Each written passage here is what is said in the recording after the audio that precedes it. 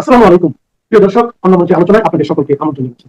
আওয়ামী লীগের ৬ সাবেক সংসদ সদস্যের উপর চরম নির্যাতন ও নিপীড়নের প্রমাণ পেয়েছে আন্তর্জাতিক সংসদীয় সংস্থা ইন্টার পার্লামেন্টারি ইউনিয়ন বা আইপিইউ।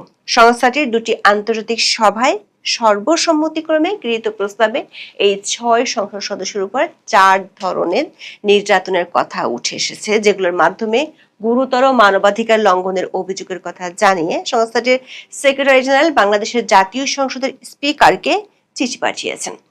বিশ্বজুড়ে সংসদসমূহের এই সর্বোচ্চ ফোরাম বলছে, যেভাবে নির্যাতন চালানো হয়েছে তা হলো প্রতিশোধের মহোৎসব এবং সুসংগঠিত রাজনৈতিক নিধন। ইউনূসের আমলে আইপিইউ বারবার বাংলাদেশে উচ্চ পর্যায়ের প্রতিনিধি দল পাঠিয়ে পরিস্থিতি সরেজমিনে তদন্ত করতে চাইলেও তৎকালীন অন্তর্বর্তী সরকার আমলে তাদেরকে ভিসা দেওয়া হয়নি। সবশেষ গত 30 এপ্রিল সংস্থাটির সেক্রেটারি জেনারেল বাংলাদেশের জাতীয় সংসদের স্পিকারকে চিঠি দিয়ে জানিয়েছেন, আইপিইউ প্রতিনিধি দল সরেজমিনে তদন্তের জন্য বাংলাদেশে আসতে চায়। এ বিষয়ে বিস্তারিত নথিপত্র আমাদের হাতে এসেছে।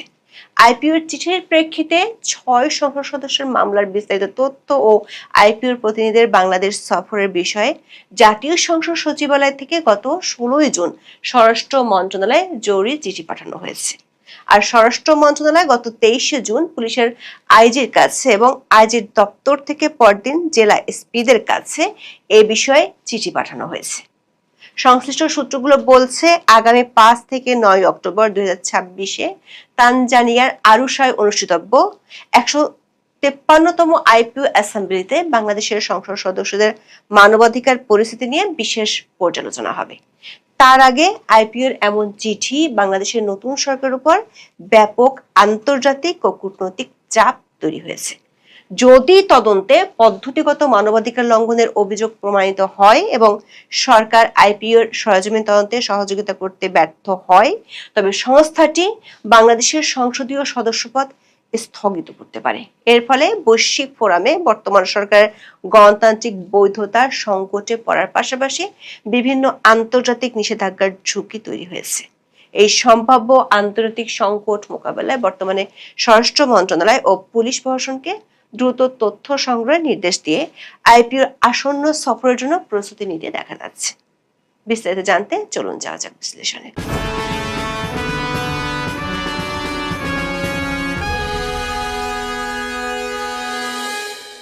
ইন্টার পার্লামেন্টারি ইউনিয়ন বা আইপিইউ হলো বিশ্বব্যাপী সার্বভৌম দেশ নির্বাচিত জাতীয় সংসদগুলোর একটি আন্তর্জাতিক সংস্থা। এটি বিশ্বের অন্যতম প্রাচীন ও বৃহত্তম বহুপাক্ষিক রাজনৈতিক সংগঠন। আইপিইউ হলো বিশ্বজুড়ে সংসদসমূহের সর্বোচ্চ ফোরাম। বিশ্বের প্রায় সব গণতান্ত্রিক দেশের জাতীয় সংসদ বা আইনসভা এই সংস্থার অন্তর্ভুক্ত। বাংলাদেশ জাতীয় সংসদও এই আন্তর্জাতিক সংস্থার সদস্য। এই আন্তর্জাতিক সংস্থাটির সবশেষ দুটি সভায় সর্বসম্মতিক্রমে গৃহীত সিদ্ধান্তে বলা হয়েছে, বাংলাদেশের দ্বাদশ জাতীয় সংসদের 6 জন সদস্যের উপর প্রতিশোধের মহোৎসব বা রিভেঞ্জ স্প্রি চলছে।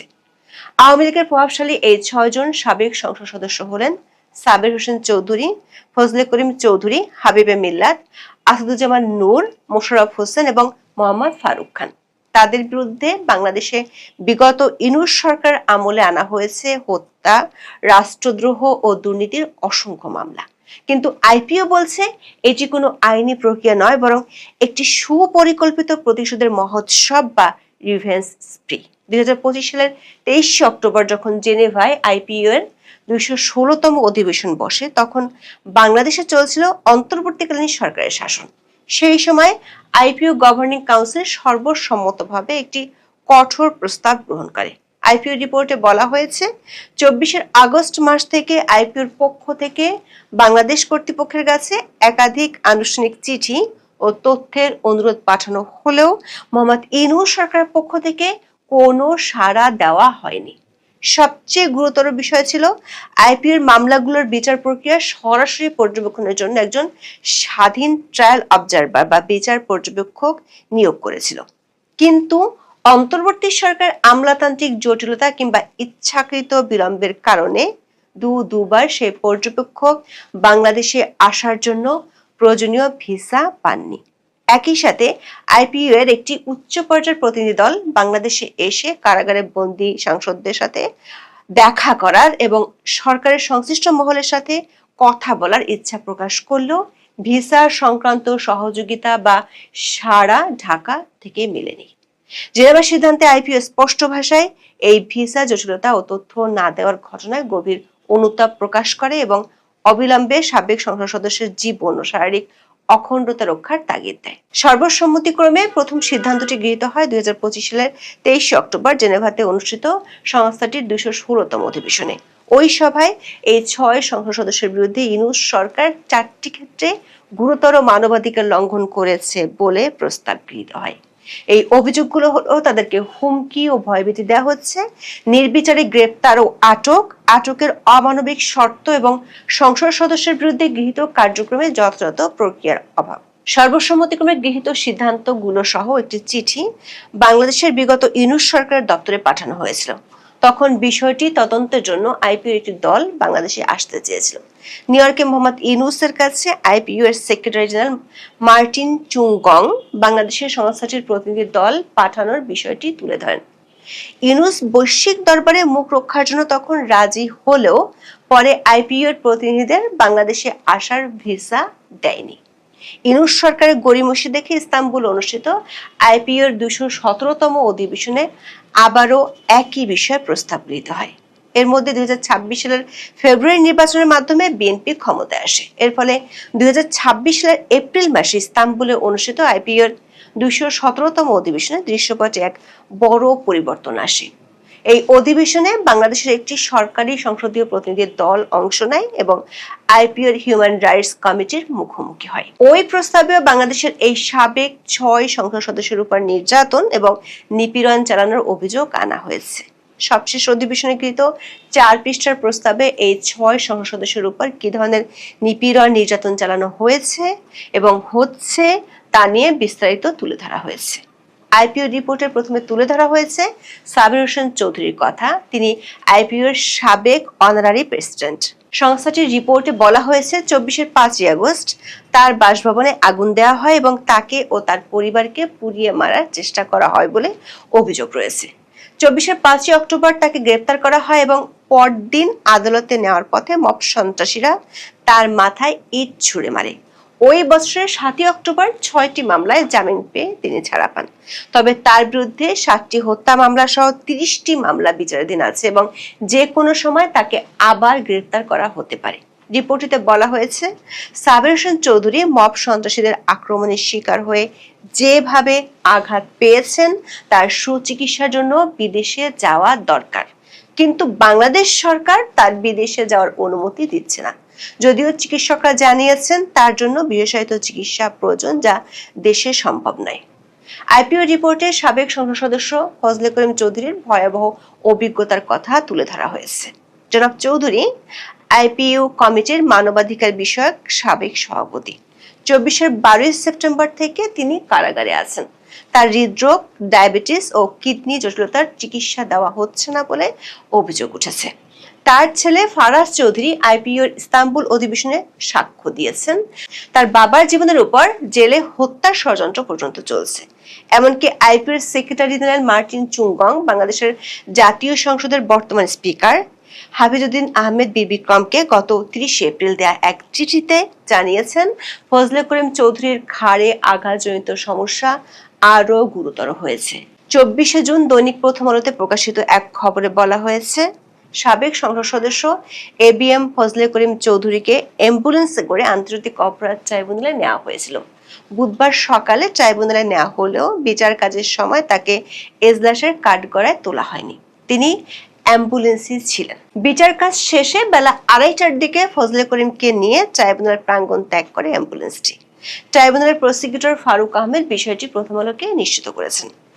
আইপিও রিপোর্টটিতে বলা হয়েছে, সিরাজগঞ্জের সাবেক সংসদ সদস্য হাবিবে মিল্লাতের ভাগ্যেও জুটেছে ভয়াবহ অভিজ্ঞতা। 2024 সালের আগস্টের শুরুর দিকে তার সিরাজগঞ্জের বাসভবনে 3 দফায় হামলা, লুটপাট ও অগ্নিসংযোগ করা হয়। বর্তমানে তিনি প্রবাসে নির্বাসিত জীবনযাপন করছেন এবং তার অনুপস্থিতিতে তার বিরুদ্ধে একাধিক খুনের ও চাঁদাবাজির মামলা দায়ের করা হয়েছে, যা আইপিওর দৃষ্টিতে উদ্দেশ্য প্রণোদিত। আইপিও রিপোর্টে উদ্বেগ জানানো 6 সংসদ সদস্যের আরেকজন হলেন বরেণ্য অভিনেতা ও সাবেক মন্ত্রী আসাদুজ্জামান নূর। 24-এর 15 সেপ্টেম্বর কোনো ওয়ারেন্ট ছাড়াই তাকে গ্রেপ্তার করা হয়। তার পিঠের হাড়ের সমস্যা এবং হাঁপানি থাকলেও তাকে তার পরিবার বা আইনজীবীদের সাথে দেখা করতে বাধা দেওয়া হচ্ছে বলে আইপিওর প্রতিবেদনে উল্লেখ করা হয়েছে। আদালত তাকে জামিন দেওয়ার কথা বললেও অ্যাটর্নি জেনারেলের অফিস থেকে বারবার স্থগিত আদেশ আনার আবেদন করা হচ্ছে। আইপিও রিপোর্টে বলা হয়েছে, আরেক সাবেক সংসদ সদস্য মোশাররফ হোসেনের ক্ষেত্রে পরিস্থিতি আরো উদ্বেগজনক। তাকে 2022 সালে একটি ঘটনার অভিযোগে গ্রেপ্তার করা হয়েছে, যদিও সেই ঘটনার সময় তিনি ঘটনাস্থলে ছিলেন না বলে অকাট্য প্রমাণ বা এলিবাই রয়েছে। 2024 সালের 9 ডিসেম্বর হাইকোর্ট তাকে মানবিক কারণে জামিন দিলেও 19 ডিসেম্বর সুপ্রিম কোর্টের আপিল বিভাগ তা স্থগিত করে দেয়। ফলে আপিল বিভাগ সরকারকে নির্দেশ দিয়েছিল তাকে সর্বোচ্চ চিকিৎসা দেওয়ার।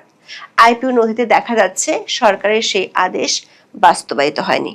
কারাগারে তিনি আশঙ্কাজনকভাবে ওজন হারিয়েছেন এবং তার হাঁটার ক্ষমতা সম্পূর্ণ হারিয়ে গেছে। চট্টগ্রাম মিরসরাই আসনের সাবেক সংসদ সদস্য ও সাবেক গণপূর্ত মন্ত্রী বীর মুক্তিযোদ্ধা ইঞ্জিনিয়ার মোশাররফ হোসেন গত 13 মে মারা গেছেন। আরেক সংসদ সদস্য ও সাবেক মন্ত্রী মোহাম্মদ ফারুক খানকে গ্রেপ্তার করা হয় সিএমএইচ এ ফিজিওথেরাপি নেওয়ার সময়। তাকে তার নিয়মিত ওষুধগুলো পর্যন্ত সাথে নিতে দেওয়া হয়নি। রিপোর্টে বলা হয়েছে, আইসিটি বা আন্তর্জাতিক অপরাধ ট্রাইব্যুনালেও তাকে আসামি করা হয়েছে, কিন্তু তার আইনজীবীরা বলছেন নির্দিষ্ট কোনো অভিযোগের বিবরণ তাদের দেওয়া হচ্ছে না। আইপিওর তথ্য মতে কেবল আসামি নন, তাদের আইনি সহায়তা দানকারী আইনজীবীদেরও আদালত প্রাঙ্গণে হেনস্থা ও আক্রমণের শিকার হতে হচ্ছে। আইপিও তাদের রিপোর্টে উল্লেখ করেছে, 2024 সালের আগস্টের পর থেকে বাংলাদেশের বিভিন্ন কারাগারে আওয়ামী লীগ ও তার সহযোগী সংগঠনের 100 জনের বেশি সাবেক সংসদ সদস্য বন্দী রয়েছেন। তাদের প্রত্যেকের গ্রেফতারের ধরন, ওয়ারেন্ট ইন কাস্টাডি, সুনির্দিষ্ট তথ্যের অভাব এবং একের পর এক নতুন হত্যা মামলায় জড়ানোর প্রক্রিয়া হুবহু একই রকম। এটি প্রমাণ করে যে এটি কোনো বিচ্ছিন্ন বিচারিক প্রক্রিয়া নয়, বরং একটি সুসংগঠিত রাজনৈতিক নিধন বা রিভেঞ্জ স্প্রি। আওয়ামী লীগের সাবেক সংসদ সদস্যের উপর নির্যাতন কতটা ভয়াবহ রকমের হচ্ছে তা তুলে ধরতে গিয়ে আইপিও রিপোর্টটিতে বলা হয়েছে, পরিস্থিতির ভয়াবহতা টের পাওয়া যায় যখন 2025 সালের 29 সেপ্টেম্বর সাবেক শিল্পমন্ত্রী নুরুল মজিদ মাহমুদ হুমায়ুন হেফাজতে থাকা অবস্থায় মারা যান। এই মৃত্যুর প্রতিবাদে অনেক বন্দী সংসদ সদস্য কারাগারে অনশন পর্যন্ত শুরু করেছিলেন। বাংলাদেশের অন্তর্বর্তী সরকারের আমলে এই অভিযোগগুলো তদন্তের জন্য আইপিও বারবার বাংলাদেশে মিশন পাঠাতে চেয়েছে, কিন্তু তাদের পর্যবেক্ষকদের ভিসা দেয়নি ইউনূস সরকার। সংস্থাটি বলছে, 2025 সালের 23 অক্টোবর ও 2026 সালের 19 এপ্রিল অনুষ্ঠিত আইপিওর সবশেষ দুটি সভায় একমত হয়েছে যে বাংলাদেশে এই 6 সাবেক সংসদ সদস্যের ন্যায় বিচার পাওয়ার অধিকার চরমভাবে লঙ্ঘিত হচ্ছে। সবশেষ গত এপ্রিলে অনুষ্ঠিত সম্মেলনে বাংলাদেশের বর্তমান সংসদের প্রতিনিধিদের সামনে বিষয়গুলো তুলে ধরেছিল আইপিইউ। ইস্তাম্বুলে আইপিওর সাথে বৈঠকে বাংলাদেশি প্রতিনিধি দল দাবি করেছে তারা আইনের শাসন প্রতিষ্ঠায় প্রতিশ্রুতিবদ্ধ এবং সকল বিচার প্রক্রিয়া আইন মেনেই চলছে। তবে আইপিও তাদের এই দাবিতে পুরোপুরি সন্তুষ্ট হতে পারেনি। সে কারণে ইন্টার পার্লামেন্টারি ইউনিয়ন বা আইপিওর সেক্রেটারি জেনারেল মার্টিন চুংগং গত 30 এপ্রিল বাংলাদেশের জাতীয় সংসদের স্পিকার জনাব হাফিজ উদ্দিন আহমেদ বীর বিক্রমকে একটি আনুষ্ঠানিক চিঠি পাঠিয়েছেন। চিঠিটি আইপিওর committee on the human rights of পার্লামেন্টারিয়ানের পক্ষ থেকে পাঠানো হয়েছে। এতে ইস্তাম্বুলে অনুষ্ঠিত 152তম আইপিও অ্যাসেম্বলিতে গৃহীত সিদ্ধান্তের কথা উল্লেখ করা হয়েছে, যা বাংলাদেশের 6 জন সাবেক সংসদ সদস্যের মানবাধিকার পরিস্থিতি সম্পর্কিত। আমাদের হাতে আসা ওই চিঠিটিতে দেখা যাচ্ছে আইপিওর সেক্রেটারি জেনারেল বাংলাদেশের জাতীয় সংসদের স্পিকারের কাছে অনুরোধ জানিয়েছেন যেন আটককৃত সাবেক সংসদ সদস্যরা পর্যাপ্ত এবং সময়মতো বিশেষায়িত চিকিৎসা সেবা পান। তিনি এ বিষয়ে সংসদকে প্রয়োজনীয় সহায়তা করার আহ্বান জানান। চিঠিতে বিশেষভাবে ফজলে করিম চৌধুরীর স্বাস্থ্যের গুরুতর অবনতির কথা উল্লেখ করা হয়েছে। জেলখানার মেডিকেল রেকর্ডের উদ্ধৃতি দিয়ে সেক্রেটারি জেনারেল জানিয়েছেন, জনাব চৌধুরী ঘাড়ের ব্যথা সহ দুর্ঘটনাবশত আঘাতে ভুগছেন। আইপিও কমিটি যেন এই মামলাগুলোর প্রতিটি গুরুত্বপূর্ণ অগ্রগতি সম্পর্কে নিয়মিত তথ্য পায় সেই বিষয়ে স্পিকারের সহযোগিতা কামনা করা হয়েছে। এছাড়া সাবেক সংসদ সদস্যের বিষয়ে গঠনমূলক আলোচনার লক্ষ্যে আগামী কয়েক সপ্তাহের মধ্যে একটি আইপিও প্রতিনিধি দলের বাংলাদেশ সফরের ব্যাপারে স্পিকারের সমর্থন চাওয়া হয়েছে। আইপিওর এমন চিঠির প্রেক্ষিতে গত 16 জুন জাতীয় সংসদের সচিবালয় থেকে স্বরাষ্ট্র মন্ত্রণালয়ের সিনিয়র সচিব বরাবর একটি চিঠি পাঠানো হয়। জাতীয় সংসদ সচিবালয়ের সহকারী সচিব শহীদুল ইসলামের পাঠানো ওই চিঠিতে আইপিওর সেক্রেটারি জেনারেলের চিঠিটি সংযুক্ত করে দেওয়া হয়। চিঠিতে বলা হয়, আগামী 5 থেকে 9 অক্টোবর তানজানিয়ার আরুসায় অনুষ্ঠিতব্য আইপিওর 153তম অ্যাসেম্বলিতে সংস্থাটির মানবাধিকার বিষয়ক কমিটিতে এই 6 সংসদ সদস্যের মামলাগুলো আবারও তোলা হবে। জাতীয় সংসদ সচিবালয় থেকে পাঠানো ওই চিঠিতে আরো বলা হয়, আইপিও হিউম্যান রাইটস কমিটির সদস্যরা এই 6 সংসদ সদস্যের মামলাগুলো সরেজমিনে পর্যবেক্ষণ এবং তথ্য সংগ্রহের জন্য বাংলাদেশ সফরে আসতে চায়। এই 6 সাবেক সংসদ সদস্যের মামলার ব্যাপারে স্বরাষ্ট্র মন্ত্রণালয় থেকে বিস্তারিত তথ্য এবং আইপিও প্রতিনিধিদের বাংলাদেশ সফরের বিষয়ে মন্ত্রণালয়ের মতামত জানতে চেয়েছে সংসদ সচিবালয়। স্বরাষ্ট্র মন্ত্রণালয় 23 জুন পুলিশ মহাপরিদর্শক বা আইজিপিকে বিষয়টি নিয়ে চিঠি দিয়েছে। আমাদের হাতে আসা ওই চিঠিতে দেখা যাচ্ছে, আগামী 28 জুনের মধ্যে আইজিপিকে ওই 6 সাবেক সংসদ সদস্যের মামলার তথ্য এবং আইপিওর প্রতিনিধিদের বাংলাদেশ সফরের ব্যাপারে মতামত জানাতে বলা হয়েছে। পুলিশ সদর দপ্তর থেকে প্রত্যেক জেলার এসপির কাছে 6 সংসদ সদস্যের মামলার তথ্য চেয়ে চিঠি পাঠানো হয়েছে। জেলার এসপিরা 24 জুন সংশ্লিষ্ট থানাগুলোতে একটি নির্দিষ্ট ছকে তথ্য পাঠাতে ওসিদের কাছে চিঠি দিয়েছে। স্বরাষ্ট্র মন্ত্রণালয় এবং পুলিশ সদর দপ্তর থেকে প্রতিটি মামলার বর্তমান অবস্থা এবং তারা কোথায় বন্দী আছেন তার তথ্য চাওয়া হয়েছে। জাতীয় সংসদ ও স্বরাষ্ট্র মন্ত্রণালয়ের একাধিক সূত্র বলছে, স্বরাষ্ট্র মন্ত্রণালয়ের 26 জুনের চিঠি প্রমাণ করে আরুসা অ্যাসেম্বলিতে বাংলাদেশের উপর বড় ধরনের আন্তর্জাতিক নিষেধাজ্ঞা বা নিন্দা প্রস্তাব আসার আশঙ্কা তৈরি হয়েছে। আইপিও বারবার বাংলাদেশে মিশন পাঠাতে চাইলেও ভিসা জটিলতার কারণে তা বারবার ব্যাহত হচ্ছে। ইউনূস সরকার অনির্বাচিত ছিল বলে তারা আইপিও চিঠির তোয়াক্কা করেনি, কিন্তু বিএনপি নির্বাচিত সরকার হওয়ায় জাতীয় সংসদের সুনাম তার কাছে অনেক বড়। এখন আইপিও সরজমিন তদন্ত দল যদি বাংলাদেশে এসে কারাগারে সাবেক সাংসদদের এই জরাজীর্ণ অবস্থা এবং নুরুল মজিদ হুমায়ুনের মৃত্যুর ঘটনাটির সত্যতা পায়, তবে আন্তর্জাতিক পরিমণ্ডলে বাংলাদেশের বর্তমান সংসদ ও সরকারের বৈধতা বড় ধরনের সংকটে পড়বে। কারণ আইপিও সংবিধি অনুযায়ী যদি কোনো দেশের সরকার বা রাষ্ট্রযন্ত্র সে দেশের বিরোধী দলীয় বা ভিন্ন মতাবলম্বী সংসদ সদস্যের উপর পদ্ধতিগতভাবে চরম মানবাধিকার লঙ্ঘন করে, আইপিওর হিউম্যান রাইটস কমিটি তদন্তে সহযোগিতা করতে অস্বীকৃতি জানায় এবং বারবার অনুরোধ সত্ত্বেও আন্তর্জাতিক ফেয়ার ট্রায়াল মানদণ্ড লঙ্ঘন করে সংসদের বন্দী বা নির্যাতন করে, তবে গভর্নিং কাউন্সিল সেই দেশের সংসদের সদস্যপদ স্থগিতের সিদ্ধান্ত নিতে পারে। আইপিও হলো বিশ্বজুড়ে সংসদসমূহের সর্বোচ্চ ফর্ম। এখান থেকে সদস্যপদ স্থগিত হওয়ার অর্থ হলো আন্তর্জাতিক সম্প্রদায় সংশ্লিষ্ট দেশের বর্তমান সংসদকে একটি গণতান্ত্রিক বা বৈধ আইনসভা হিসেবে স্বীকৃতি দিচ্ছে না। এর ফলে বৈশ্বিকভাবে ওই দেশের সরকার গণতান্ত্রিকভাবে নির্বাচিত নয় বা স্বৈরাচারী হিসেবে চিহ্নিত হওয়ার ঝুঁকিতে পড়ে। আইপিও সিদ্ধান্তের উপর ভিত্তি করে বিশ্বের ক্ষমতাধর গণতান্ত্রিক দেশগুলো যেমন মার্কিন যুক্তরাষ্ট্র, যুক্তরাজ্য, ইউরোপীয় ইউনিয়নের সদস্য রাষ্ট্রসমূহ তাদের দ্বিপাক্ষিক নীতি পরিবর্তন করতে পারে। স্থগিতাদেশের পর সেসব দেশ সংশ্লিষ্ট দেশের সাথে কূটনৈতিক সম্পর্ক সীমিত করতে পারে, উচ্চ পর্যায়ের দ্বিপাক্ষিক সফর বাতিল করতে পারে কিংবা সরকারের উপর বিভিন্ন ধরনের রাজনৈতিক চাপ সৃষ্টি করতে পারে। আবার আইপিওর সাথে জাতিসংঘের অত্যন্ত জোরালো প্রাতিষ্ঠানিক সম্পর্ক আছে।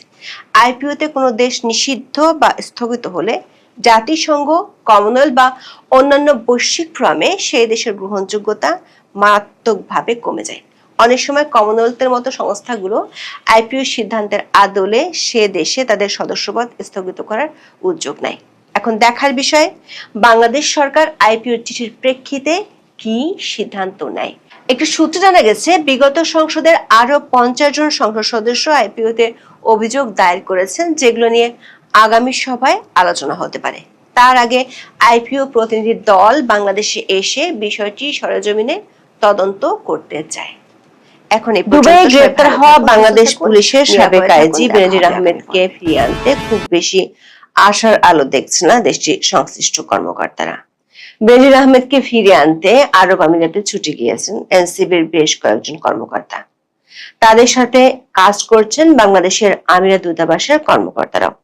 কিন্তু 4টি জটিল সমীকরণের মুখোমুখি হয়ে শেষ পর্যন্ত হতাশই হতে হচ্ছে বাংলাদেশি কর্মকর্তাদের। এই 4 সমীকরণের সবগুলোই বেনজির আহমেদের পক্ষে যাওয়ার ব্যাপারে সম্ভাবনা থাকায় আরাব খান কিংবা শীর্ষ সন্ত্রাসী জিসান আহমেদের মতো বেনজির আহমেদকে ফেরানো প্রায় অসম্ভব হয়ে পড়ছে। বেনজির আহমেদের হয়ে দুবাইতে মামলা লড়ছেন এমন সংশ্লিষ্ট ব্যক্তিরা বলছেন, আরাব খান কিংবা জিসানের ক্ষেত্রে 2টি সমীকরণ কাজ করছিল, আর বেনজির আহমেদের ক্ষেত্রে আরো 2টি নতুন সমীকরণ যোগ হয়েছে। তাছাড়া বেনজির আহমেদের হয়ে বাংলাদেশ পুলিশ ও সেনাবাহিনীর সাবেক কর্মকর্তাদের একটি গ্রুপ কূটনৈতিক এবং আইনি তৎপরতায় অংশ নিচ্ছেন এমন তথ্য সম্পর্কে নিশ্চিত হওয়া গেছে। বিস্তারিত জানতে চলুন যাওয়া যাক বিশ্লেষণে।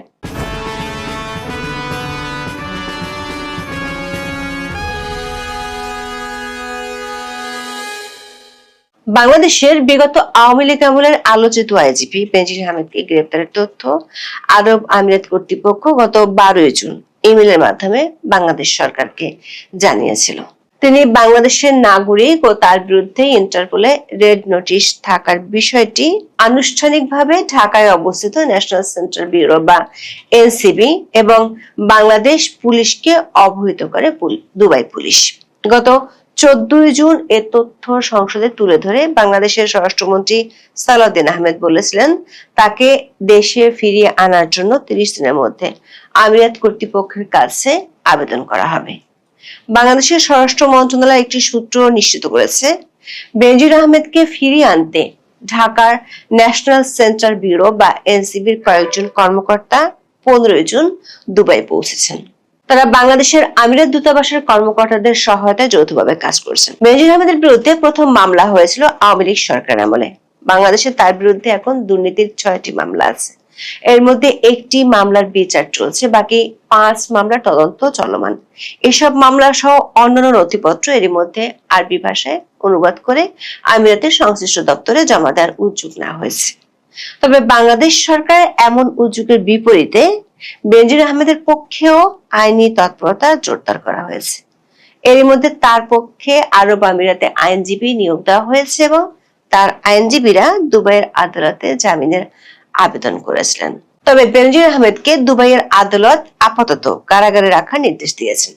সংশ্লিষ্ট আইনজীবী এবং কর্মকর্তারা বলছেন, বেনজির আহমেদকে ফেরানোর ক্ষেত্রে প্রথম ধাপটি হলো বাংলাদেশ সরকারের পক্ষ থেকে আনুষ্ঠানিক আবেদন। এই আবেদন জমা পড়লে সেটির শুনানি হবে আরব আমিরাতের কোর্ট অফ আপিলে। এই আদালতই প্রাথমিকভাবে নির্ধারণ করবে যে তাকে প্রত্যর্পণ বা ফেরত পাঠানো যাবে কিনা। যদি কোর্ট অফ আপিল বেনজির আহমেদকে বাংলাদেশে ফেরত পাঠানোর পক্ষে রায় দেয়, তাহলেও ফেরত আনাটা নিশ্চিত হবে না, কারণ তখন বেনজির আহমেদ সেই রায়ের বিরুদ্ধে দেশটির সর্বোচ্চ আদালত কোর্ট অফ ক্যাসেশনে আপিল করতে পারবেন। এটি সংযুক্ত আরব আমিরাতের সুপ্রিম কোর্টের সমকক্ষ। আর 2 আদালত যদি প্রত্যর্পণের পক্ষে রায়ও দেয়, তবে চূড়ান্ত সিদ্ধান্তটি আসে ইউএই সরকারের শীর্ষ নির্বাহী বা প্রশাসনিক পর্যায় থেকে। এই 3 ধাপ উত্তরণের জন্য বাংলাদেশ থেকে যাওয়া এনসিবি এবং আমিরাতে বাংলাদেশের দূতাবাসের কর্মকর্তারা বেশ দৌড়ঝাঁপ শুরু করেছেন। সংশ্লিষ্ট সূত্রগুলো বলছে, প্রথম দিকে কূটনৈতিক তৎপরতার মাধ্যমে বিষয়টা যতটা সহজ মনে করা হয়েছিল, বাস্তবতা এখন প্রায় 180 ডিগ্রি ঘুরে গেছে। কারণ এই কেসে যোগ হয়েছে 4টি সমীকরণ। প্রথমত, বেনজির আহমেদের জাতীয়তার পরিচিতি। বাংলাদেশ সরকার পক্ষ থেকে বেনজির আহমেদের 4টি পাসপোর্ট থাকার কথা ইন্টারপোলকে জানানো হয়েছিল, কিন্তু আমিরাতের তদন্ত সংস্থা বেনজির আহমেদের কাছে বাংলাদেশের ভ্যালিড কোনো পাসপোর্ট পায়নি।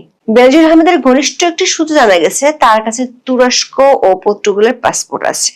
শুধু ভিন্ন দেশের পাসপোর্ট থাকার কারণে দুবাই থেকে অতীতে দুজনকে ফিরিয়ে আনতে পারেনি বাংলাদেশ সরকার। একজন হলেন শীর্ষ সন্ত্রাসী জিসান, আরেকজন পুলিশ কর্মকর্তা হত্যা মামলার আসামি আরাব খান। আরাব খানের কাছে ভারতের পাসপোর্ট ছিল। 2023 সালে আরাব খানকে ফেরত আনার আবেদনের সঙ্গে সংযুক্ত করা হয়েছিল আসামির 7 কপি ছবি, 24 পৃষ্ঠার গ্রেপ্তারি পরোয়ানার অনুলিপি, এফআইআর এর কপি, জাতীয় পরিচয়পত্রের কপি, ভারতীয় পাসপোর্টের অনুলিপি এবং পরিচয় শনাক্তে সহায়ক অন্যান্য গুরুত্বপূর্ণ নথি। পাশাপাশি আদালতের গ্রেপ্তারি পরোয়ানা, তদন্তে পাওয়া তথ্য এবং আসামিকে দেশে ফিরিয়ে এনে বিচারের মুখোমুখি করার প্রয়োজনীয়তা বিস্তারিত তুলে ধরা হয়েছিল। কিন্তু ভারতীয় পাসপোর্ট থাকার কারণে শেষ পর্যন্ত আমিরাত সরকার তাকে আর ফেরত দেয়নি। একই কাণ্ড ঘটেছিল জিসানের ক্ষেত্রেও। বেনজির আহমেদও বাংলাদেশি পাসপোর্ট না থাকার কারণে তাকে ফেরত আনার বিষয়টি আরাব খানের মতোই কয়েকদিন বেশ আলোচনা ও দৌড়ঝাঁপের পর থেমে যেতে পারে, এমন আশঙ্কার কথা জানিয়েছেন আরাব খানের কেসে কাজ করা একজন পুলিশ কর্মকর্তা। সংশ্লিষ্ট সূত্রগুলো বলছে দ্বিতীয় আরেকটি সমীকরণ বেনজির আহমেদের পক্ষে কাজ করার আশঙ্কা দেখা দিয়েছে।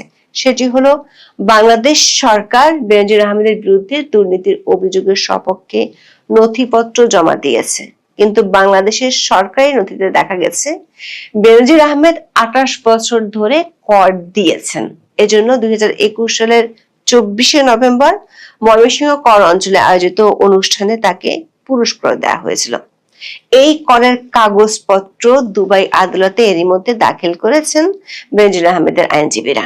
তাছাড়া মাত্র 2 কোটি টাকা জ্ঞাত আয় বহির্ভূতের অভিযোগ আনতে পেরেছে দুদক, কিন্তু এগুলো মানি লন্ডারিং করা হয়েছে কিনা তা স্পষ্ট প্রমাণ নিয়ে ধোঁয়াশা আছে। এই বিষয়গুলো বেনজির আহমেদের আইনজীবীরা আদালতে উত্থাপন করে এরই মধ্যে অভিযোগ করেছেন তাকে রাজনৈতিকভাবে হয়রানি করার জন্যই দেশে ফেরত নিতে চাইছে বাংলাদেশ সরকার। আমিরাতের আইন অনুযায়ী বাংলাদেশে ফেরত পাঠানো হলে তার জীবন ঝুঁকিতে পড়তে পারে, তিনি রাজনৈতিক প্রতিহিংসার শিকার হতে পারেন কিংবা ন্যায় বিচার থেকে বঞ্চিত হতে পারেন। এমন কিছু আমিরাতের আদালতের কাছে মনে হলেই ফেরতের আবেদন নাকচ করে দিবে। তৃতীয় সমীকরণটি হলো বাংলাদেশ সরকার যেমন চেষ্টা করছে বেনজির আহমেদকে ফিরিয়ে আনতে, তেমনি বেনজির আহমেদের গ্রেপ্তারের খবর জানাজানি হওয়ার পর থেকে তার পক্ষে দুবাইয়ে অবস্থানকারী বাংলাদেশিদের একটি গ্রুপ জোরে সোরে কাজ করছে। এর মধ্যে সাবেক 2জন সেনা জেনারেল, 3 জন পুলিশের ঊর্ধ্বতন কর্মকর্তা এবং 3 জন বড় ধরনের ব্যবসায়ী আছেন। ইতিমধ্যে তারা আমিরাতের কয়েকটি আইনি সেবাদানকারী প্রতিষ্ঠানের সাথে বৈঠক করেছেন। আরেকটি সূত্র জানা গেছে বাংলাদেশের 2 জন সাবেক কূটনীতিক ও 2 জন রাজনীতিবিদ বেনজির আহমেদের পক্ষে কূটনৈতিক পর্যায়ে চেষ্টা চালিয়ে যাচ্ছেন।